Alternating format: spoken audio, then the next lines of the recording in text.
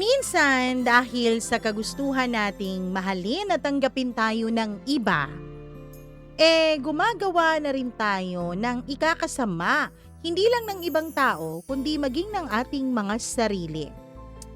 Ikaw ba, handa ka bang gumawa ng kasamaan para lang magkaroon ng kasama sa buhay? Tunghayan natin ang isang kwentong kakaiba for today's video na talagang ginawa niya lahat kahit ang gumawa pa ng krimen at masama para lang sa isang nilalang na akala niya makakapagbigay sa kanya ng totoong kaligayahan at pagmamahal. Eto na ang inyong paboritong programa, ang Dear Mama Mia.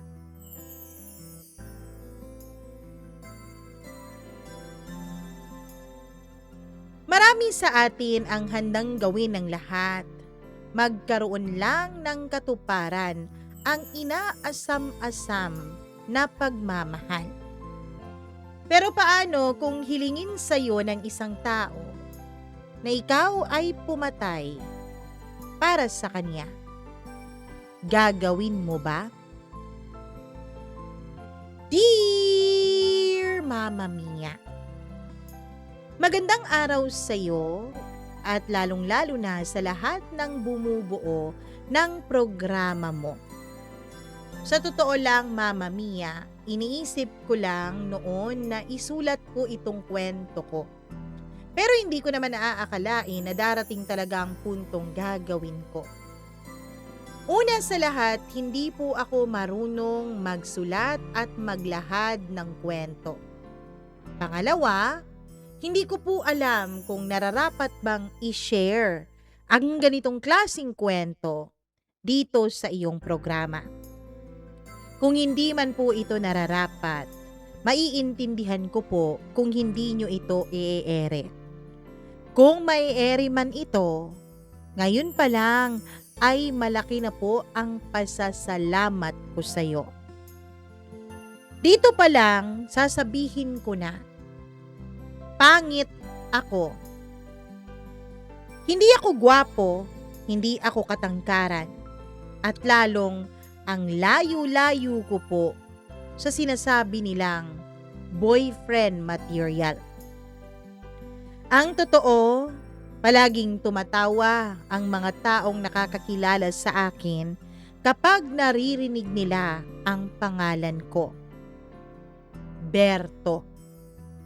Sa barangay namin, ako yata ang pinakapangit. Hindi ako galit sa kanila dahil sa totoo lang, alam ko namang tama sila, Mama Mia. Maging ako sa sarili ko ay hindi ko po nagugustuhan ang aking nakikita kapag tumitingin ako sa harap ng salamin. Pero kung may isang bagay man na hindi nila alam, yun ay kung paano isang gabi, may isang napakagandang babae na lumapit sa akin. Ngiti pa lang niya, pakiramdam ko ay nanlalambot na ang tuhod ko. Boses pa lang niya, parang nahihipnotis mo na ang utak ko para sumunod sa kanya. At sa unang beses sa buong buhay ko, may babaeng nagturing sa akin na espesyal. At hindi lang basta isang babae, kundi isang napakagandang dilag. Hindi ko alam na yun pala ang magiging simula ng pinakamadilim, pinakamainit, at pinakamasalimuot na kwento ng buhay ko. Ang kwentong magtutulak sa akin na pumatay. At ang mas malala, ginawa ko yun lahat para sa kanya. Hindi ko makakalimutan ang gabing iyon. Gabi na malakas ang ulan. Gabi na malamig ang simoy ng hangin. Gabi ng pagkakamaling hinding-hindi ko na mababawi kahit gustuhin ko. Nakaupo ako sa lumang waiting shed noon. nakasilong habang nag-aabang na tumila ang ulan nang biglang may, "Pwede bang makisilong?" Napatingala ako. At doon ko siya nakita. Isang babaeng parang galing sa ibang mundo. Isang anghel na tila bumaba sa lupa.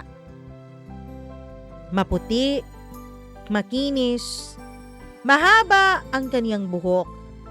Basa ang puting blouse na dumikit sa balat niya dahil sa ulan. Hindi naman sa manyak ako, Mama Mia. Pero hindi ko rin mapigilan ang pagkatulala ko sa gandang nasa harapan ko. Oo naman. Pautal-utal kong sagot. Ngumiti siya tapos humarap sa akin. "Thank you ha. Ang lakas ng ulan, ano?" Yung boses niya parang musika sa tenga ko. Hindi ko alam kung saan ko ilalagay noon ang tingin ko.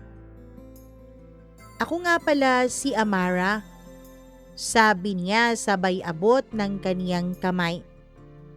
Hinawakan ko yon at sa unang beses sa buhay ko may humawak na babaeng ganun kaganda sa kamay ko.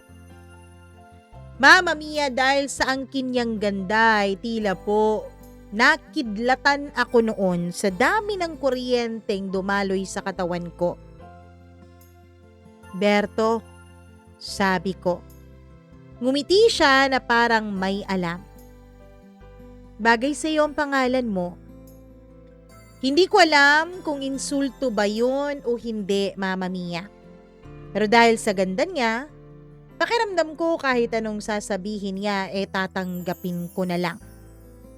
At hindi ko alam kung bakit pero may kakaiba sa tingin niya. Yung parang may hinahanap.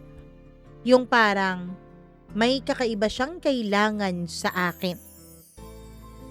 Kinabukasan, nagulat ako dahil nakita ko siya ulit. Sa tindahan, sa plaza, maging sa tapat ng bahay namin ay nakita ko siya. Parang sinusundan niya ako. "Uy, Berto," tawag niya. Hindi ako sanay na tinatawag ng isang magandang babae. Amara? Bakit ka nandito?" "Wala lang, gusto lang kitang makita. Nabanggit mo kasi na dito ang barangay niyo At malapit lang sa barangay hall ang bahay niyo. Kaya nagbakasakali akong dumaan dito." At doon unang tumibok ang puso ko. Hindi pa po ako nagkaka-girlfriend kahit sa edad ko noong malapit nang mag-30. Kasi naman, sino ba naman ang sasagot sa mukhang to Kaya hindi na rin ako nagtangka pang manligaw ng babae. Pero bigla akong naramdaman yung kakaibang dapat hindi ko maramdaman sa kanya dahil hindi naman po ang mga katulad niya ang magkakagusto sa mga kamukha ko. May hawak siya noong iced coffee na mukhang hindi pa nababawasan. Inabot niya yun sa akin. "For you, Sino ba naman ako para tumanggi?" Habang naglalakad kami, kinukwento niya ang buhay niya. Pero may napansin ako, Mama Mia. Parang may mga bahagi siyang sinasadyang wag sabihin. At may mga tanong ako tungkol sa buhay niya na parang sinasadya niya ring iwasan. Pero ang hindi ko makakalimutan ay yung tingin niya sa akin. Hindi niya ako tinitignan katulad ng tingin ng karamihan sa mga kapitbahay at kabarangay ko. Hindi niya ako tinitignan na parang katuwaan lang ako o parang pangit ako sa paningin niya. Hindi niya rin ako tinitingnan na parang kawawa. Para siyang may nakikita sa akin na hindi nakikita ng ninuman o maging ako sa sarili ko. At doon ako nagsimulang maniwala na baka Baka sa kabila ng itsura ko, karapat dapat din akong mahalin ng isang magandang babae gaya ni Amara. Hindi ko alam na ang lahat ng ito ay simula lang pala ng pagkawasak ko. Isang gabi habang naglalakad ako pauwi ay bigla na lang siyang sumulpot. Akala mo talaga isa siyang multo na pasulput-sulput na lang. Nanginginig siya noon.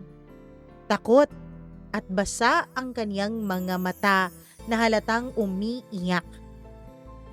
Berto, tulungan mo ko please. Agad akong naging kabado. Ano? Anong kailangan mong tulong? Ano nangyari sa'yo? Bakit ka umiiyak? May nagbabanta sa akin, Berto. At dun niya ako niyakap. Yun, yung unang yakap na natanggap ko mula sa isang babae. Liban na lamang sa nanay ko. At ang kamay niya sa likod ko ay malamig. Pero ang puso ko noon ay nagiinit. Kumakabog ng sobrang lakas, Mama Mia. Anong kailangan kong gawin para matulungan ka? Tanong ko. Dahan-dahan siyang umangat ng tingin at dumiretso ang mga mata niya sa mga mata ko. At dun ko nakita ang lungkot. O baka naman guni-guni ko lang ang lungkot na yon dahil nga umiiyak siya. At wala akong ibang gustong gawin ng mga panahon na yon kundi ang protektahan siya at iligtas siya sa kung anumang kapahamakan na naghihintay sa kanya. Pwede bang samahan mo ko bukas, Berto? May kailangan akong ayusin at gusto ko sanang may kasama. Hindi ko alam kung anong ibig niyang sabihin, kung anong aayusin yun, kung anong klaseng problema yun. Pero nang tumingin siya sa akin, Mama Mia, ay para po akong nahipnotismo na parang hindi ko na kayang tumanggi. At, Berto, malambing niyang sabi habang humahawak siya sa pisngi ko. Malambot ang kaniyang kamay. Mabango kahit ang kamay niya lang, Mama Mia. Salamat ha. Salamat talaga ng marami. Alam kong hindi ko to kaya kung wala ka, Berto. Dun ko naramdaman, Mama Mia, na may halaga din pala ako. Dun ko naramdaman na kahit ganito ang itsura ko, ay may nagtitiwala din pala sa akin na matutulungan ko sila sa kanilang dinadala at pinoproblema. Sa mga pagkakataon na yun, ramdam ko na lumuwas na ang puso ko mula sa katawan ko at nasa kamay na ni Amara ito. Hawak-hawak na niya at kung anumang oras bibitawan niya ito, alam kong mababasag ito ng pira-piraso. Kinabukasan, bago kami pumunta sa lugar na sinasabi niyang pupuntahan niya, ay lumapit na muna siya sa akin. Berto, bago tayo umalis, pwede bang hawakan mo muna ang kamay ko? Mama Mia, para sa isang lalaki, kung merong ganung kagandang babae na mag-aalok sa kanyang hawakan ng kamay nito, alam kong ang magiging pakiramdam niya ay para siyang naka-jackpot sa loto. Ganon din naman ang pakiramdam ko. Pero bukod doon, nakaramdam ako ng sobrang kaba. Tinanong ko ang sarili ko kung karapat-dapat ba ako para hawakan ang isang magandang babaeng tulad niya. Paano kung may makakita sa amin? Paano kung kutsain siya? Paano kung pagtripan siya at sasabihin nagcha-charity work siya? Tinignan niya ako nung hindi ko pa hinahawakan ang kamay niya. Tapos inabot niya yung kamay niya sa akin. Kaya naman hinawakan ko, Mama Mia. Kahit mainit ang kaniyang kamay, ay nanginginig ako. Tumingin siya ng diretso sa mga mata ko. Berto, pwede bang mangako ka sa akin na kahit anong mangyari, hinding-hindi mo ako iiwanan? At doon ko na ibigay sa kanya ang unang pangako na hindi ko alam na magpapahamak pala sa akin. Hindi, hinding-hindi kita iiwan. Pagdating namin doon sa sinasabi niyang lugar, ay madilim po ang paligid. Tahimik, na para bang patay ang mundo nung mga panahon na yon. Diyan oh, sabi niya sabay turo niya sa isang lumang bahay. At yung gagawin ko dyan? Tumingin siya sa akin. Tingin na para bang nanlilimos. Tingin na para bang nagmamakaawang wag kong tanggihan ang anumang sasabihin niya. May kukunin ka lang sana, Berto. Kukunin? Anong kukunin ko? Magnanakaw ako? Hindi ka magnanakaw. Ano lang, envelope lang. Nasa mesa sa loob. Kailangan ko kasi yun eh. Bakit hindi ikaw ang kumuha? Hindi pwede. Kapag pumasok ako dyan, hindi na ako makakalabas. Pero kung hindi mo kaya, Berto, ayos lang naman, wala namang problema. Sorry masyadong malaki yata yung hinihiling ko sa'yo. Mama Mia, dahil ayokong mapahiya sa kanya, ayokong isipin niyang hindi ko kaya at nagbaback out ako, ay huminga ako ng malalim. Hindi ko alam kung bakit ako kinakabahan. Pero nung ngumiti siya at hinawakan ulit ang kamay ko, ay para bang natunaw ang lahat ng pag-aalinlangan ko noon. Sige, gagawin ko. Huminga ulit ako ng malalim tsaka bumulong. Berto, kapag may tao sa loob, takutin mo lang ha. Sana wag mong pabayaan na masaktan ako.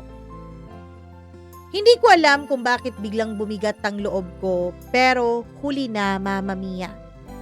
Nung nangako ako sa kanya na hindi ko siya iiwanan at pababayaan, ay tuluyan ko nang napasok ang mundo niya. At hindi ko na kayang umatras. Pagpasok ko sa bahay, amoy kalawang at amoy amag. Tahimik, Mama Mia. Akala ko walang ibang tao noon sa loob, pero hindi pala ako nag-iisa. Isang lalaki ang biglang sumugod sa akin. Hoy! Sino ka? Hindi ako marunong lumaban. Hindi po ako nakikipaglaban kahit nung nasa eskwela pa ako. Pero dahil sa takot, dahil ayokong magalit sa akin si Amara, at gusto kong patunayang may silbi ako, gusto kong patunayang kaya ko siyang ipagtanggol at protektahan sa kahit na ano, ay pumulot po ako ng bakal na tubo. Inamba ko yun, pumikit ako, at pak! Isang malakas na tunog. Sunod noon ay ang pag-igik ng isang tao. Pagbagsak. Pagdilat ko, nakahandusay na siya. May dugo. Humihinga siya pero mahina na ang paghinga niya. Nanginig ang kamay ko. Parang gusto kong sumigaw. Pero may kamay na biglang humawak sa balikat ko. Berto, si Amara. Nasa likod ko siya, Mama Mia. Kahit nakita niyang may taong nakahandusay at duguan, ay kalmado pa rin siya. Parang ang tahimik ng loob niya. Tumingin siya dun sa lalaki, tapos tumingin sa akin. At least gumawa ka ng paraan para maprotektahan ako at ang sarili mo. Mama Mia, sa pagkakataon na yun ay may pumasok sa utak ko.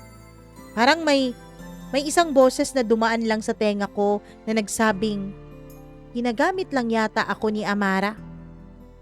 Pero huli na. Huli na dahil alam kong hindi ko na mababalik pa ang dati kong buhay. Berto, may tanong ako sa'yo. Bakit mo ako sinunod? Bakit sinunod mo yung sinabi ko? Tanong niya habang naglalakad na kami palayo sa bahay na yon. Dahil mahal kita, Amara. Hindi ko alam kung bakit ko yun nasabi sa kanya. Tumigil siya sa kanyang paglalakad. Tumingin siya sa akin, Mama Mia. At bago pa ako makapagsalita, hinawakan na niya ako sa mukha. Pagkatapos ay tinawid niya ang espasyong namamagitan sa amin. Hinalikan niya ako sa labi ko, Mama Mia. Mainit ang kanyang halik. Malambot ang kanyang labi. Pero ramdam ko, kahit unang halik ko yun sa tanang buhay ko, ramdam kong mapanganib ang halik na idinulot niya sa akin, Mama Mia. Ang halik na yun ay ang halik na hinding-hindi ko makakalimutan sa tanang buhay ko kahit mamatay pa ako. Isang halik ng isang babaeng hindi ko alam kung ang intensyon ba ay pagmamahal o kung ang intensyon ba niya ay ilagay sa kapahamakan ang aking buhay. Hindi ko alam kung ilang segundo o minuto akong nakatulala pagkatapos niya akong halikan ng gabing iyon. Pakiramdam ko tumigil ang mundo, Mama Mia. Pero si Amara, pagkatapos niya akong halikan, ay parang napakabilis niyang bumalik sa normal. Parang wala lang sa kanya. Bumalik ang kaniyang pagsasalita na tila salas sa init at salas sa lamig, na para bang walang nangyari. Tumiklop siya ng buhok niya sa likod ng kanyang tenga.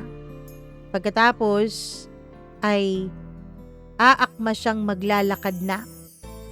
Pero bago pa siya lumakad ay kumindat na muna siya sa akin. Bakit mo ako hinalikan, Amara?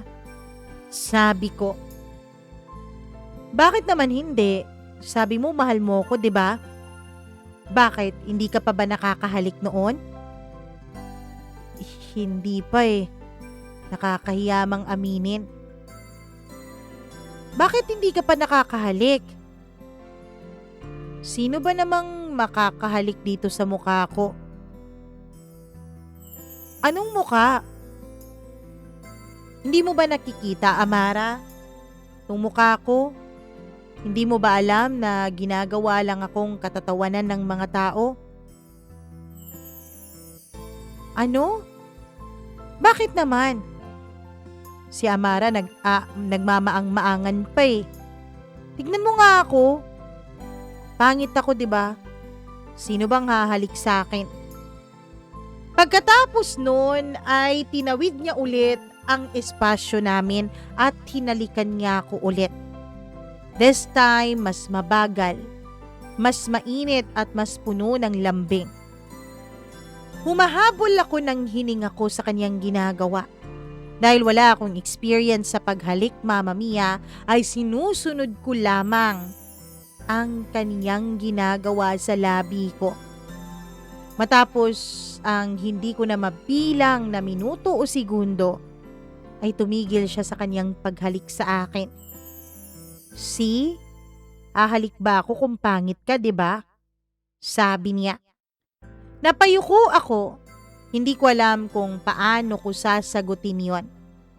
Pero sa loob-loob ko, Mama Mia, Alam kong yun ang halik na magpapabulag sa akin sa buong gabi.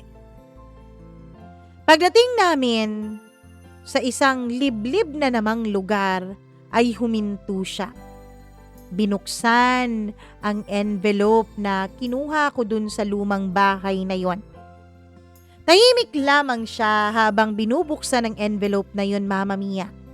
Na tila ba ina-anticipate niya kung anong laman nito. Tiningnan ko lang siya mula sa gilid.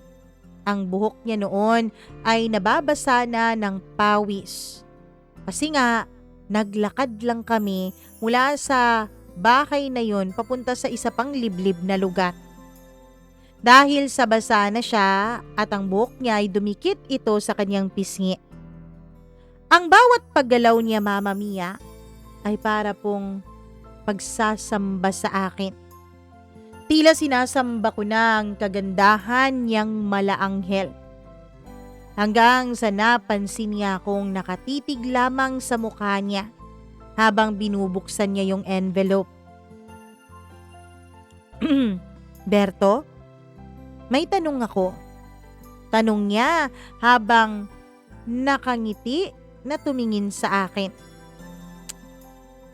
Ano yun, Amara? Hanggang saan mo ba ako kayang tulungan? Simpleng tanong lang yun, Mama Mia. Pero pakiramdam ko ay isa yung kontrata sa pagitan naming dalawa. Pakiramdam ko kapag sinagot ko yun, ay yun na ang magiging simula ng napakagandang samahan namin. Hanggang sa kaya ko, hanggang sa dulo, sagot ko. Ngumiti siya sa akin, Mama Mia. Yung ngiti niya ay umabot sa kanyang mga mata na tila ba natutuwa siya sa sagot ko. Na tila ba sinusubukan niya ako kung tama ang mamumutawi sa labi ko. Good. Pagkatapos noon ay itinagunan niya ang envelope sa daladala niyang bag. At bumulong siya. Kasi, Berto, nakakahiyaman pero hindi pa kasi dito nagtatapos ang problema ko eh. Hindi pa nagtatapos dito ang kailangan kong gawin. Pero alam ko, hindi ko yun magagawa ng mag-isa. Kailangan kita. Huwag kang mag-alala. Kung anong tulong man ang kailangan mo, basta't kaya ko, handa ako. Salamat ha. Pagkatapos ay hinalikan niya ulit ako, pero dampi lang sa pagkakataon na yon. Pagkatapos ay umuwi na kami, Mama Mia. Kinabukasan maaga akong nagising dahil may kumakatok sa pintuan ng bahay namin. Si Aling Sita, isa sa aming mga kapitbahay. Uy Berto, narinig mo na ba? May patay daw kagabi, malapit dun. Dun oh, yung may lumang bahay daw. Lalaki. Tapos mukhang binugbog.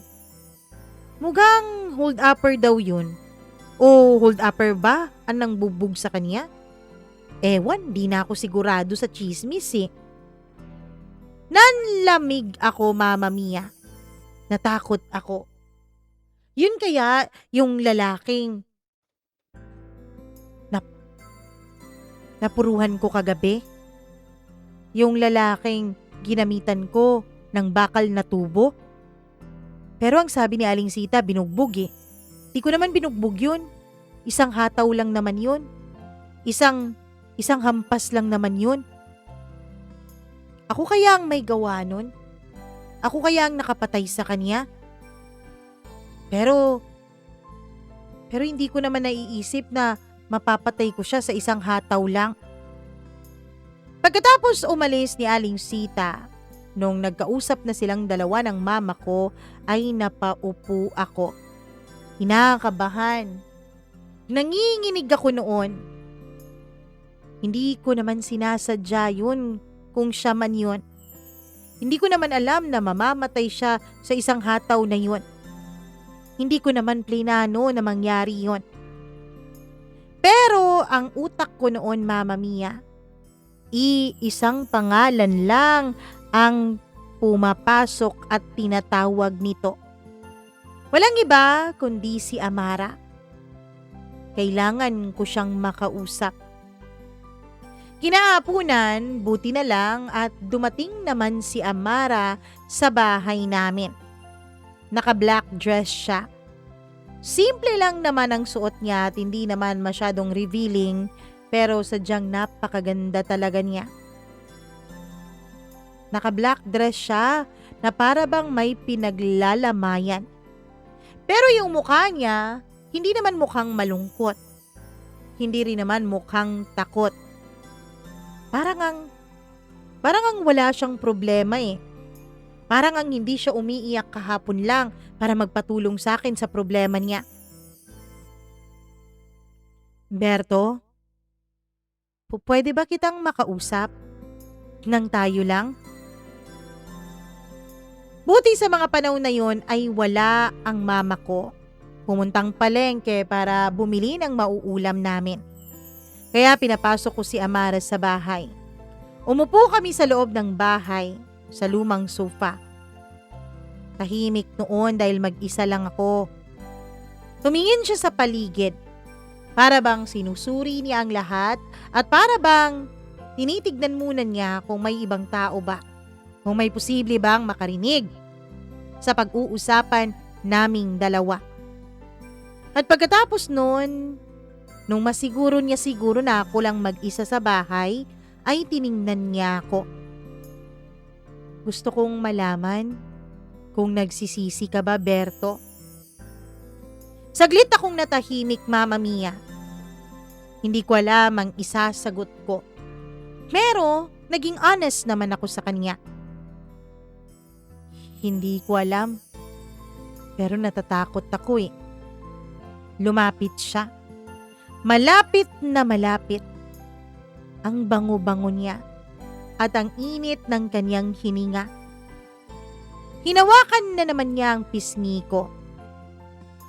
Berto, minsan may mga tao talagang dapat mawala para maging tahimik ang buhay ng iba. Pero, huwag kang mag-alala, Berto. Akong bahala sa'yo. At doon ay nilapit niya ang labi niya sa tenga ko. At sa pagsasalita niya doon, Mama Mia, ay tila may gumapang na kuryente sa buong katawan ko. Nanayo lahat ng balahibo ko. Kung dumikit ka lang sa akin, walang mangyayaring masama sa'yo. Hindi ko alam kung bakit ako nawala sa sarili kong pag-iisip. Pero nalasing ulit ako sa presensya niya. Ganon siguro talaga, Mama Mia, ang magiging epekto ng isang magandang babae sa isang lalaking katulad ko. Sa isang lalaking hindi nila alam na wala palang ibang nagkakagusto. Kaya sa halip na tumakas, sa halip na tumakbo at lumayo sa kanya dahil mukhang magiging masama siyang impluwensya sa akin, ay mas lalo patuloy akong lumalapit sa kanya, Mama Mia. Pagkatapos nung balita, pagkatapos kumalat ang tungkol dun sa patay sa lumang bahay, ay ilang araw akong hindi mapakali. Hindi po ako makatulog ng maayos. Hindi ako makakain. Mama Mia, buong buhay ko ay tinagurian po akong pangit pero mabait namang bata. Mabait namang tao. Never po akong nagkaroon ng kaaway. Never akong nambugbog. Never. Wala pa akong nakagalitan na umabot sa bugbugan. Walang ganon sa buhay ko, Mama Mia. Dahil tahimik lamang po ang buhay ko. Ang tanging nasa akin lamang ay yung pangungutya, pangangantsaw ng iba. At yung katotohanan na pangit ako at walang ibang magkakagusto o magmamahal sa akin.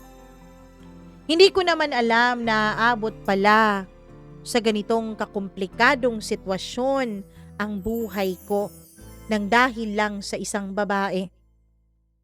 Kaya po talaga ako hindi mapakali. Hindi ako makatulog, hindi makakain dahil nakokonsensya.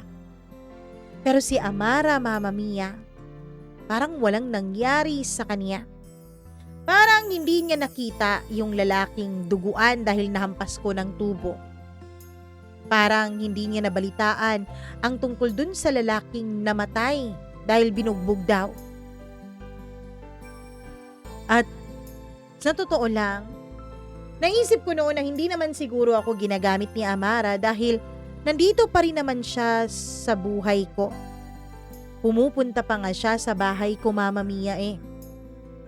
Ang iba nga naming mga kapitbahay ay nagtataka na kung sino raw ang magandang babaeng bumibisita sa akin. Ang nanay ko naman ay tuwang-tuwa dahil pakiramdam niya sa wakas ay nagkaroon na rin daw ako ng girlfriend at hindi lang basta girlfriend kundi magandang girlfriend. Yung mga kapitbahay namin na mga binata ay kinakantsawan pa rin ako. Sinasabing baka mahilig daw sa exotic beauty itong si Amara. Yung iba naman sinasabing baka raw piniperahan ako ni Amara. Wala naman akong kapera-pera. Ano bang makukuha ni Amara sa akin? Yung iba nagsasabi baka raw ginagamit lang ako ni Amara. Kasi mula nung nakilala niya ang mama ko, lagi na siyang nasa bahay namin. Nakaupo, nakahiga. Minsan pa nga tumatabi pa sa akin at humihiga pa sa paa ko. Berto, tawag niya minsan habang nagluluto ako ng noodles sa may kusina. Tumingin ako sa kanya. Walang ibang tao noon sa bahay. Ewan ko ba dito sa nanay ko? Sawaan na yata sa pagmumukha ko at gusto na akong mag-asawa dahil kapag nandoon si Amara ay iniiwan niya kami na para bang binibigyan niya kami ng privacy. Gusto mo bang malaman kung bakit kita kinailangan noon? Tanong niya. Tumango ako, Mama Mia, dahil gusto ko naman talagang malaman kung bakit sa dinami-dami ng lalaki. Kung bakit may pulis naman, bakit hindi siya doon nagpatulong at bakit sa akin pa. Gusto kong maintindihan. Sobra ang pangangailangan ko para intindihin ang pangyayaring iyon. Baka sakaling yun ang magbigay sa akin ng kapayapaan ng loob. Baka sakaling yun ang magbigay sa akin ng payapang pag-iisip. Sumandal siya sa dingding. Yakap ang tuhod niya at nakatitig sa akin ng malamlam. Yung lalaking natagpuan sa lumang bahay. Tumigil siya at huminga ng malalim bago nagpatuloy. Ex-boyfriend ko yon. Tinamaan ako, Mama Mia. Hindi ko alam kung selos ba o kaba. Inubugbog niya ako. Tapos nun, kinuha pa niya ang perang pinaghirapan ko. Minura-mura niya ako. Tinutulak-tulak. Sinusuntok sa sikmura. Sobrang sama ng lalaking yun, Berto. Pero iba ang imahe ng lalaking yun eh. Sa harap ng pamilya niya, ng pamilya ko, ng lahat ng tao, mabait siya, na mabuti siya. Kaya nga pumayag ang mga magulang ko nung bigla na lang siyang magpaalam na ibabahay na niya ako. Na magli-live-in na kami. Wala akong nagawa nung pumayag ang mga magulang ko. Kasi sa totoo lang, na-excite naman ako eh. Na-excite akong makasama siya sa iisang bubong. Yun nga lang, dun ko natuklasan kung gaano siya kasamang tao. Kung gaano siya kasamang lalaki. Pero nung magsumbong ako, dahil mabait ang imahe niya sa iba, walang naniniwala sa akin, Berto. Tumahimik siya sandali pagkatapos ay tumitig sa mga mata ko. Pero ikaw lang ang nakita kong maniniwala sa akin. Napayuko ako, Mama Mia. Masakit pakinggan na oo, parang ginamit nga niya ako. Dahil sa tingin niya, ako lang ang maniniwala sa kanya. Pero bakit ako? Tanong ko. Tiningnan niya ako mula ulo hanggang paa. Hindi yung pagtingin na parang hinuhusgahan ako. Hindi yung tingin ng ibang tao sa akin na kapag tiningnan ako mula ulo hanggang paa ay alam mong may kung ano-ano nang iniisip sa loob. Kasi Berto, hindi ka kasi mukhang nakakatakot. Hindi ka mukhang manluloko. Hindi ka katulad nila. Hindi ka nagte-take advantage ng mga babae. Hindi ko alam, Mama Mia, kung magpapasalamat ba ako sa tingin niya na hindi ako ganun o masasaktan ako. Sige, tama na muna yan. Luto na tong noodles, oh. Sabi ko sabay ngiti. Tara, kain na tayo. Pero habang kumakain kami, hindi po ako mapakali, Mama Mia. Alam kong may hindi pa siya sinasabi sa akin. Kinagabihan, nakahiga kami sa kama. Bigla siyang humiga sa dibdib ko. Opo, pumapasok na rin po siya sa kwarto ko nang hindi man lang nagagalit ang mama ko. Siguro tuwang-tuwa ang mama ko na ang anak niyang pangit, mukhang may nagkakagusto na. Mukhang may nakakasama na. Hindi kami magjowa. Pero parang ganun kami sa mga kilos niya. Huminga siya ng malalim at sinabing, Berto, may isa pa akong kailangan eh. Natigilan ako. Naalala ko ang balita nung lalaking namatay. Ano na naman? Tanong ko. Tumingin siya sa akin. Ay, wala. Sorry naabala ba kita? Sabi niya sa isang napakamalumanay na boses. At nung tignan ko ang mga mata niya ay tila ito nagmamakaawa ng tulong sa akin. Sorry dun sa sinabi ko. Nabigla lang ako Kasi kinabahan ako dun sa namatay Pero hindi mo naman kasalanan yun. Pinagtanggol mo lang naman ang sarili mo. At saka, wag mo na nga ang isipin yung kailangan ko. Wala na yun. Amara, alam kong meron, kaya sabihin mo na yun sa akin. Mama Mia, tumitig siya, na para bang hinuhukay ang kaluluwa at pagkatao ko. May mga gamit pa kasi akong naiwan sa apartment ng isa ko pang ex. Isa mo pang ex? Ilang ex ba meron ka? Grabe ka naman sa akin, Berto. Di naman ganun kadami. Kaya lang, yung ex na yun ang pinuntahan ko nung tumakas ako dun sa ex kong nambubugbog. Kaso may asawa na pala yun. Nasa probinsya nga lang. Kaya hindi ko na mababalikan yung mga gamit ko dun. Ayokong makita siya Napakunot ako ng noo. Ilan ba talaga ang ex meron ka? Tanong ko ulit. Napangiti siya ng mapait. Marami. At iilan sa mga yun ang nananakit. Yung iilan naman di nagsasabi na may girlfriend o may asawa pala. Bakit ako ang hinihingan mo ng ganitong klaseng tulong, Amara? Kasi, Berto, alam kong mas safe kung ikaw At doon niya ginawa ang bagay na alam niyang kahinaang-kahinaan ko. Hinawakan niya ang mukha ko.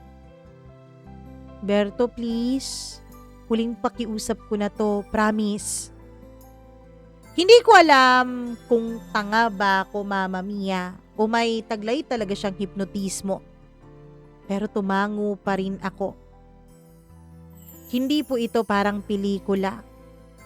Hindi po ito yung mga napapanood ninyo na may mga sindikato, may mga malalaking kalaban. Hindi po ito ganon.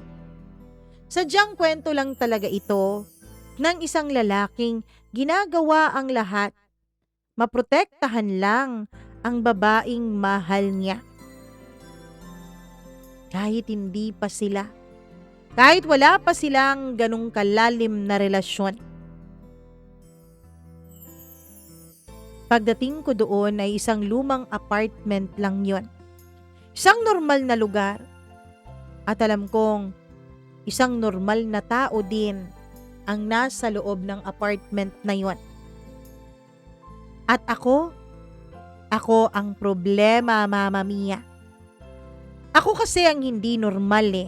Ako ang desperadong lalaki na handang gawin at isakripisyo ang lahat para sa babaeng ginagamit lang naman ako. Tumawag siya sa akin bago ako pumasok dun sa lumang apartment. Berto, tandaan mo ha, wala akong sinasabing gumawa ka ng masama. Huwag mo nang gawin ulit yon. Kunin mo lang ang gamit ko. Alam kong kaya mo yan. Pero paano kung just trust me, okay? Walang mangyayaring masama. Sabi niya sa malambing na boses. At dahil dun, Mama Mia, nagbingi-bingihan na naman ako sa maliliit na boses sa loob ko. Mga boses na nagsasabing, umalis ka na dyan, Berto, dahil mapapahamak ka lang. Hindi ko sinunod yung boses sa loob ko, Mama Mia. Bagkus mas pinaniwalaan ko ang boses ni Amara. Pagpasok ko ay sarado ang pinto.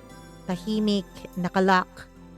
Pero nakakita ako ng bukas na bintana sa likod kaya dun ako pumasok. Normal naman ang loob.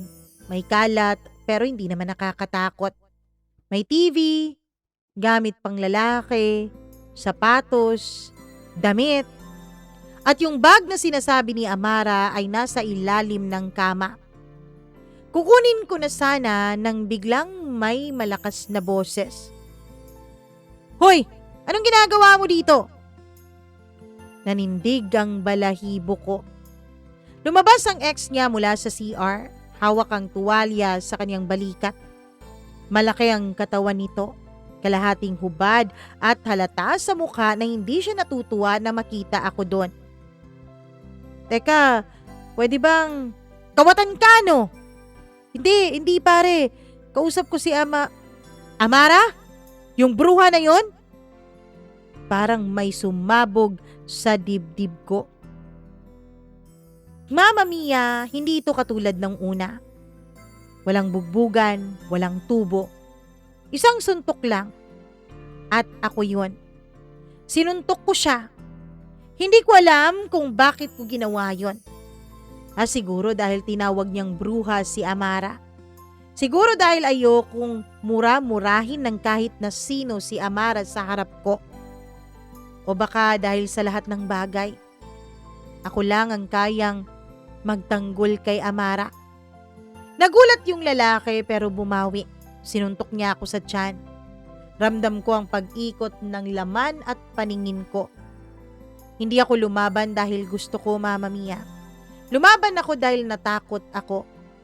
Hindi ko naman siya pinatay. Pero nang bumagsak siya sa sahig ay tumakbo ako palabas, dala ang bag ni Amara. Hingal na hingal ako at takot na takot ako noon, tsaka basang-basa ako ng pawis. Pag-uwi ko halos sumabog ang dibdib ko. Inabot ko ang bag sa kanya. Napangiti siya. Thank you, Berto. Pero hindi ko nasikmura. Amara, ano ba talaga tayo? Ginagamit mo lang ba ako?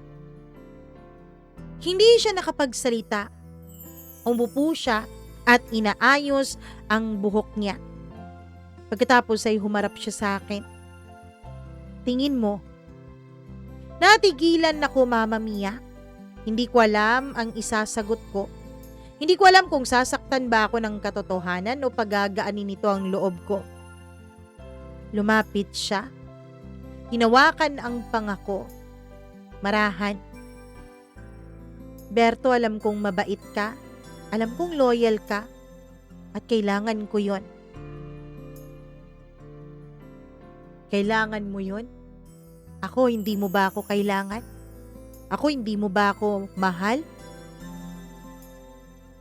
Halos mapaungol lang boses ko sa tanong na yon, Mama Mia. At ang sagot niya, ngiti lang. Ngiting walang kasiguraduhan. Ngiting walang pangako. Ngiti lang at hindi naman niya sinabing oo. Simula nung araw na hindi niya sinagot kung mahal niya ba ako ay hindi na ako mapakali. Hindi naman siya lumalayo sa akin.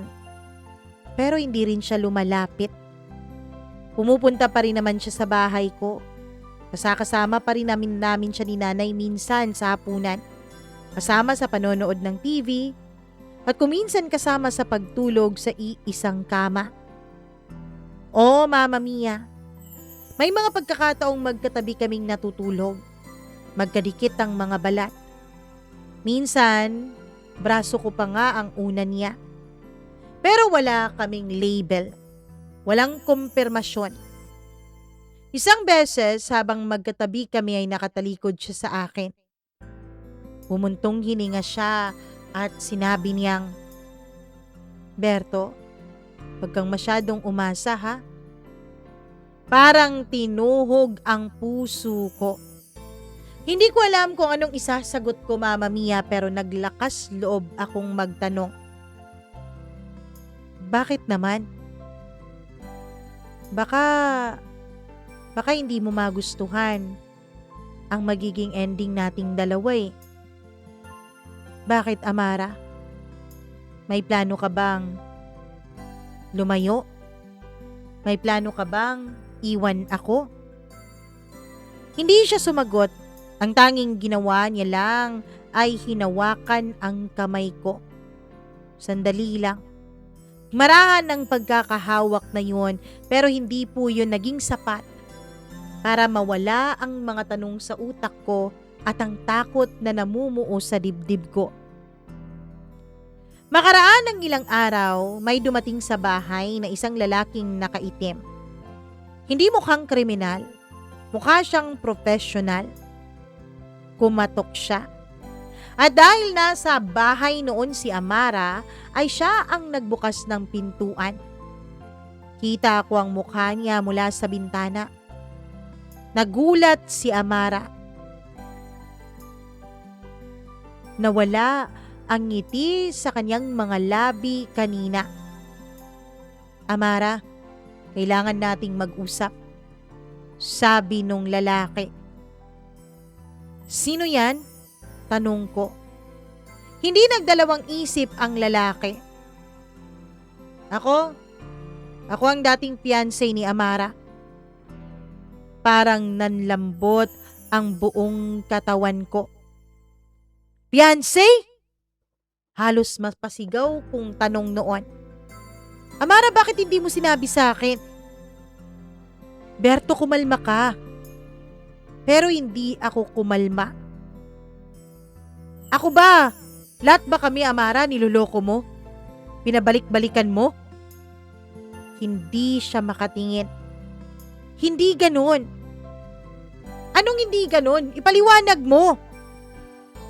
Huminga siya ng malalim, Mama Mia. Tumayo ng diretsyo at dun niya sinabi ang pinakasimpleng masakit na mga bagay. Kailangan ko lang i-claim ang mga gamit ko mula sa mga ex ko. Nauna lang talaga na ikaw ang tumulong. Parang may bumara sa lalamunan ko noon, Mama Mia. So ano ako? Runner mo lang pala ako? Tagakuha ng mga gamit mong iniwan mo sa mga ex mo? Tumingin siya sa lupa. Berto, wag mo na sanang gawing mas komplikado ang lahat. Pero ako, Mama Mia, Ako ang nagamit, ako ang niloko. At mas lalo pang sumakit ang puso ko nung sabihin ng lalaking, Amara, tama na. Tigilan mo na to. Hindi siya dapat nadadamay. Nadadamay? Tanong ko. Nagpaalam yung lalaki. Iniwanan niya kaming dalawa ni Amara. Ako halos nanginginig na sa galit. Si Amara naman ay tahimik lang nung mga panahon na yon. Pero may mga luhang nangingilid sa kaniyang mga mata. Berto, please. Huwag ka na munang magalit. Bakit hindi, Amara? Wala ba akong karapatang magalit na ginamit mo ko? Umupo siya. Napayuko. At ano? Hindi ba't sinunod mo lahat? Ang sinabi ko dahil mahal mo ko? Hindi naman kita pinilit, Berto ah. Natigilan ako, Mama Mia. At hindi ko naman sinabi sa'yo na mahal kita, di ba? Dugtong pa niya. Durog na durog ang dibdib ko sa mga sinabi niya. Lahat ng ginawa mo, alam kong ginagawa mo dahil umaasa ka sa akin. Pero hindi ko yan pinangako sa'yo, Berto. Pero Amara, wala ka naman palang balak na ipasok ako sa buhay mo. Bakit kailangan mo akong ipasok sa gulo mo? Umiyak siya. Ngayon ko lang siya nakitang ganito. Hindi ko alam kung paano humingi ng tulong, Berto. Ayoko nang lumapit sa mga lalaki sa past ko. Lahat kasi sila may kapalit. Eh ako? Ano ako? Tahimik siya sandali bago sumagot. Ikaw kasi, ikaw ay nangangailangan ng pansin. At hindi na higit pa dun. Kaya ikaw ang pinakaligtas na hingan ko ng tulong. At yun ang pinakamasakit, Mama Mia. Hindi niya ako pinili dahil gusto niya ako. Pinili niya ako dahil ako ang pinakasimple at pinakaligtas. Ako ang pinakamadaling paikutin nang walang magiging kapalit. Ako ang pinakadesperadong lalaki sa buhay niya. Pagkalipas ng ilang araw ay hindi na kami halos nag-uusap. Nakatira pa rin siya sa bahay ko. Kasi doon na siya pinatira ni Mama eh. Pero para kaming estranghero kapag walang ibang nakatingin sa amin. Isang gabi lumapit siya habang naguhugas ako ng pinggan. Berto, may huli akong kailangan. Hindi ako lumingon. Ayoko na, Amara. Tigilan mo na ang paggamit sa akin. Please, last na to. Para saan? Huminga siya ng malalim. May kailangan lang akong ibalik na mga gamit sa dati kong trabaho. Puntahan mo lang dun sa dati kong tinitirhan. Wala nang makikipagsapakan sa'yo. Wala rin namang tao doon. Promise. Pero alam ko, Mama Mia, kapag sinabi kong oo sa kanya at pumayag ako, ibig sabihin nun, nagpapakadesperado na naman ako. Kapag sinabi ko namang hindi, ibig sabihin nun, mahal ko pa rin siya. Pero kailangan ko lang ang sagot niyang pagmamahal sa akin. Hindi ko na kayang masaktan ulit, Amara. Hindi siya kumilos, hindi siya umiyak. Hindi siya nagalit. Tumalikod siya.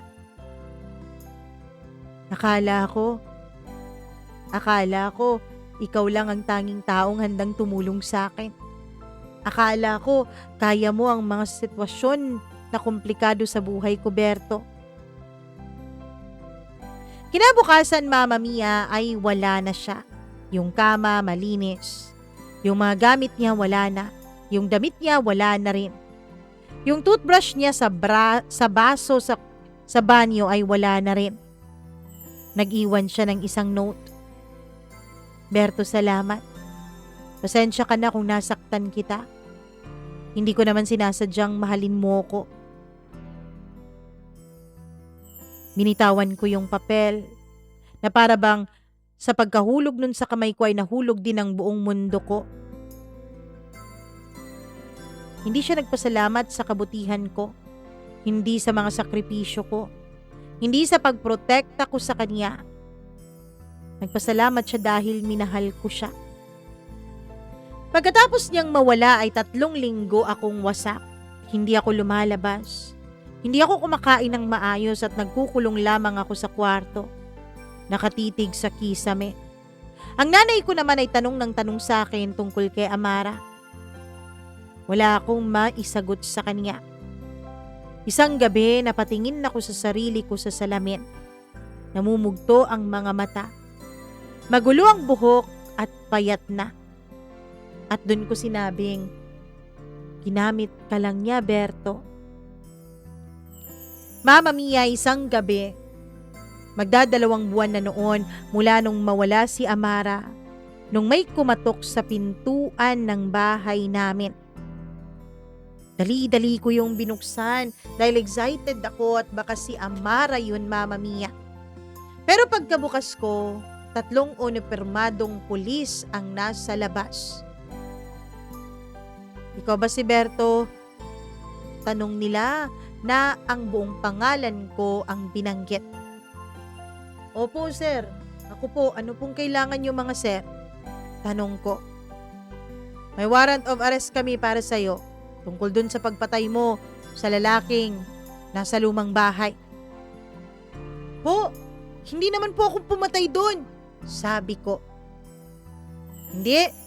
May nakakita sa'yo, 3 witness. Sa presinto ka na lang magpaliwanag.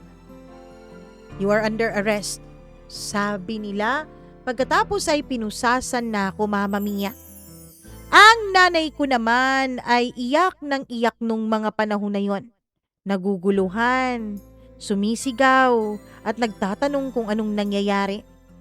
Dahil sa komosyon ay lumabas ang mga kapitbahay namin at nakiisyoso na rin. Nang gabing yon ay nadala agad ako sa presinto. Ipinasok sa selda at dahil murder ang kaso ko ay wala po yung piyansa, Mama Mia.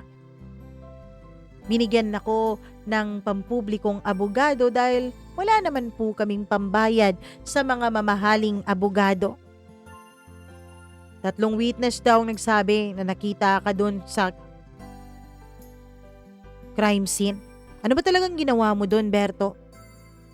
Doon ko inamin sa abogado ang mga totoong nangyari. So ibig sabihin, hindi mo siya binugbog? Hindi po. Ano po bang kinamatay niya? Bugbog.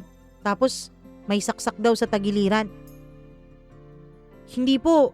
Nahataw ko lang po siya ng bakal na tubo. Oo, dumugo po yun yung ulo niya pero buhay pa naman po siya nung umalis kami. Pero, hindi mo pa rin siya itinawag ng ambulansya o ng ospital o ng tulong. Pinabayaan mo pa rin siya kaya may pananagutan ka pa rin. Mama Mia, halos mag-iisang buwan na ako sa kulungan nung bigla na lang may dumalaw sa akin. Isang abogado. Hindi yung abogadong kinausap ako. Sabi niya makakalaya daw ako. At sa hearing nga ay dinismiss ang kaso laban sa akin. Hindi ko alam kung bakit. Umuwi ako ng bahay. Siyempre nandun ang mga kapitbahay na nakiisyoso. Nag-aantay ng kwento mula sa akin pati na rin ang nanay ko. At dun ko kwento sa kanila ang lahat. Makalipas lamang ang 3 araw, Mama Mia, ay may isang kapitbahay na humahangos na pumunta sa aming bahay. Berto, may balita ako sa'yo. Ano? Si Amara, nakakulong. Ano? Bakit naman? Siya yung prime suspect dun sa pagkamatay nung pinagbintang sa'yo, yung lalaki sa lumang bahay. Mama Mia, dinalaw ko po si Amara pero hindi niya ako hinarap. Kaya ang ginawa ko ay umattend na lang ako ng kaso niya. Doon ko nalaman Bukod pala sa akin ay may binayaran na palang iba si Amara para gumawa nung mga bagay na inutos niya sa akin. Hindi sila nagkaintindihan nung inutusan niya. Inatras na raw ni Amara yung bayad sa kanila o yung utos dahil ako na lang ang gagawa, pero hindi naniwala yung mga lalaki. Kaya pinuntahan pa rin nila yung ex ni Amara sa lumang bahay. At nung hindi nila makita ang envelope ay binugbog nila ito para umamin. At dahil sa pambubugbog at pananaksak, kaya namatay yung lalaki. At hindi naman ako pala ang may dahilan. Oh, Mama Mia, umamin pala si Amara nung nalaman niyang ikinulong at dinakip ako ng mga pulis. Hindi ko alam kung bakit niya ginawa yon. Kung dahil ba sa konsensya o kung baka nakapasok na rin ako sa puso niya. Hindi ko alam, Mama Mia. Pero may mga pagkakataon na naiisip kong baka nga minahal din ako ni Amara. Kasi pwede naman niya akong pabayaan sa kulungan. Pwede naman niyang pabayaan na ako ang magbayad dun sa kasalanan niya. Pero hindi niya ginawa. Hinarap niya ang kasalanan niya. Ilang beses akong nagpabalik-balik sa kulungan para dalawin siya pero hindi niya talaga ako hinaharap. Sa ngayon, Mama Mia, ay wala pa pong hatol sa naging kaso ni Amara. Magdadalawang taon na po yung hearing. Hindi ko alam kung hanggang kailan ang hatol. Kasi may ibang suspect pa na hinahanap. Isang lalaki pa lang ang nahuli, dalawang lalaki pang nakatakas dahil 3 yung inutusan ni Amara. Mama Mia, sa ngayon, hindi pa rin mawala-wala sa isip ko ang mga nangyari. Hindi ko akalain na magiging ganun kakomplikado ang buhay ko. Pero sa kabila ng lahat ay nagpapasalamat pa rin ako sa Diyos. Kasi kahit nagpakabulag, nagpakabingi at nagpakatanga ako sa pag-ibig, ay niligtas pa rin niya ako sa tunay at iba yung kapahamakan. Kahit na ang kapalit nito ay ang pagkakakulong ng babaeng minsan kong sinamba at minahal ng husto. Maraming salamat po, Mama Mia. Lubos na gumagalang, Berto.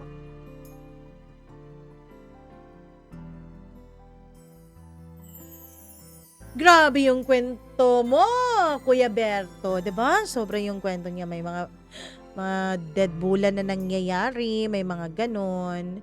Well, ang katotohanan ay nananatili. Merong mga tao na kapag kaya kanilang gamitin para sa kanilang kapakanan, kahit ang kapalit nito ay ang iyong kalayaan, gagamitin at gagamitin ka talaga nila. So, sa ngayon, ang mabuti nating gawin kahit magmahal tayo, huwag tayong basta-basta nagpapakatanga para sa pag-ibig. Kasi minsan, yung pagiging tanga sa pag-ibig, yun din ang nagpapahamak sa atin. Okay? Anyway, sa mga nanonood at nakikinig ngayon ng kwento ni Kuya Berto, please do not hesitate to like and share this video at syempre huwag nyo rin kalimutan na mag-subscribe dito sa ating channel at i-click ang notification bell para lagi naman kayong na-update kapag meron po tayong bagong upload o bagong kwento na nilalabas, 'di ba? Pero bago tayo magpaalam sa inyong lahat diyan, hello muna ako sa ating mga suki na bukod sa pagiging sobrang wow. Sobrang loyal dito sa ating program dahil araw-araw na nanonood at nakikinig, nagpa-member pa talaga. Hay ako sa pinakamatagal na nating member na si Freaky0407. 6 months na po siyang member. Maraming salamat. Si Mila Raduban, si Gail Easy at si Gimaras Girl, pati na rin si Maureen Tugab ay 5 months na nating member. Thank you very much. Si Maria Elena Abe ay 4 months na. Tapos si Evelyn Kawit ay 3 months. Si Diane Martinez and Colleen Bueno ay 2 months. Tapos si Smack Dax ay 1 month na nating member, samantalang si Benson Boyser ang pinakabago ay 27 days na nating member. Maraming thank you po talaga sa pagmamahal at pagsuporta ninyong lahat dito sa channel natin. At bukod sa kanila, alam ko rin na yung iba dyan hindi lang marunong magpa-member o hindi makakapagpa-member dahil nasa abroad sila, hindi nila alam kung paano. Hindi ko rin alam kung paano. Pero solid at suki pa rin nating tagapakinig. Maraming salamat, Lynn Javier. Hi din kay Virgie Paa. Maraming salamat. Hello din ako kay Jeneline Saidel. Vivian Fernandez. Thank you very much. Hello din kay May Marie Bornales. Meow, meow, meow, meow. Charot. Hello kay Meow. Maraming salamat. Kay Bebang Pinyon. Kay Tomato Flop. Maraming salamat din Jaime Duran or Jamie Duran at sa lahat ng ating mga tagapakinig. Thank you so much sa walang sawa ninyong pagmamahal sa akin at sa ating channel. Kung meron po kayong sariling kwento na nais nyo pong ibahagi dito sa channel natin, ayan po ang ating email address sa baba. For collaborations and any other concerns, pwede din po kayo mag-email dyan, mamamiacdo0317@gmail.com. Mwah! I love you all so much. Maraming salamat sa pakikinig. Hanggang sa muli. Ingat!